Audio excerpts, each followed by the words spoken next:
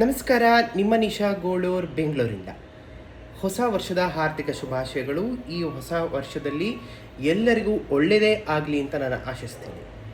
ಈಗ ಪ್ರತಿ ವರ್ಷದಂತೆ ಹೊಸ ವರ್ಷದ ರೆಸೊಲ್ಯೂಷನ್ ಏನು ಅನ್ನೋದು ಎಲ್ಲರೂ ನಾವು ಚರ್ಚೆ ಮಾಡ್ತಾನೆ ಇರ್ತೀವಿ, ಯೋಚನೆ ಮಾಡ್ತಿರ್ತೀವಿ. ಸಮ್ಟೈಮ್ಸ್ ಅಲ್ಲ, ಮೆನಿ ಟೈಮ್ಸ್ ಏನಾಗುತ್ತೆ, ಹೊಸ ರೆಸೊಲ್ಯೂಷನ್ನ ನಾವು ಕನ್ಸಿಸ್ಟೆಂಟಾಗಿ ಫಾಲೋ ಅಪ್ ಮಾಡೋಕ್ಕಾಗದೇ ಇರ್ಬೋದು. ಬಟ್ ಫಸ್ಟ್ 1 ವೀಕ್ ಅಥವಾ 3 ಡೇಸ್ ನಾವು ನಮ್ಮ ರೆಸೊಲ್ಯೂಷನ್ನ ಎಕ್ಸಿಕ್ಯೂಟ್ ಮಾಡ್ತಾ ಹೋಗ್ತೀವಿ.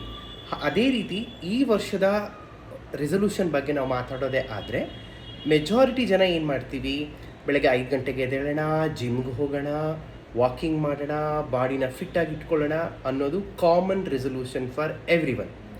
ಆದರೆ ನಾನು ಇದಕ್ಕೆ ಇನ್ನೊಂದನ್ನು ಆ್ಯಡ್ ಮಾಡೋದಕ್ಕೆ ಇಷ್ಟಪಡ್ತೀನಿ. ನಮ್ಮ ಮೈಂಡ್ನ ಕೂಡ ನಾವು ತುಂಬ ಹೆಲ್ತಿಯಾಗಿ ಇಟ್ಕೊಳ್ಬೇಕು. ಏಕೆಂದರೆ ನಮ್ಮ ಸುತ್ತ ಇರೋ ಜನರಿಂದನೇ ನಮ್ಮ ಮೈಂಡ್ ಸ್ಪಾಯ್ಲ್ ಆಗಿರುತ್ತೆ ಆಲ್ರೆಡಿ. ಸೊ ಹಾಗಾಗಿ ನಮ್ಮ ಮೈಂಡನ್ನ ಕೂಡ ನಾವು ಹೆಲ್ತಿಯಾಗಿ ಇಟ್ಕೊಳ್ಬೇಕು. ಆಪ್ಷನ್ಸ್ ಏನಿದೆ, ಅದು ಥೆರಪಿ ಇರ್ಬೋದು.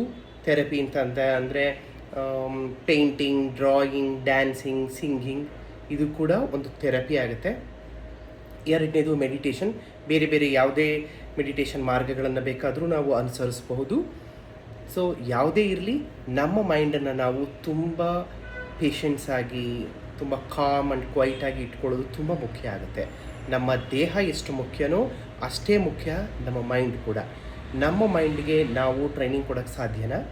ಖಂಡಿತ ಸಾಧ್ಯ ಆಗುತ್ತೆ. ನಾವು ಯಾವುದೋ ಒಂದು ಮಾರ್ಗವನ್ನು ಚೂಸ್ ಮಾಡ್ಬೋದು.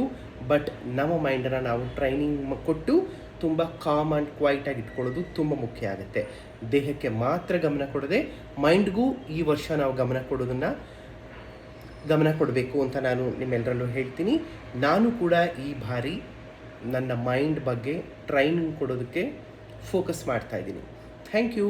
ಯಾರೆಲ್ಲ ನನ್ನ ಇನ್ಸ್ಟಾನ ಫಾಲೋ ಮಾಡಿಲ್ಲ, ದಯವಿಟ್ಟು ಫಾಲೋ ಮಾಡಿ, ಲೈಕ್ ಮಾಡಿ, ಶೇರ್ ಮಾಡಿ.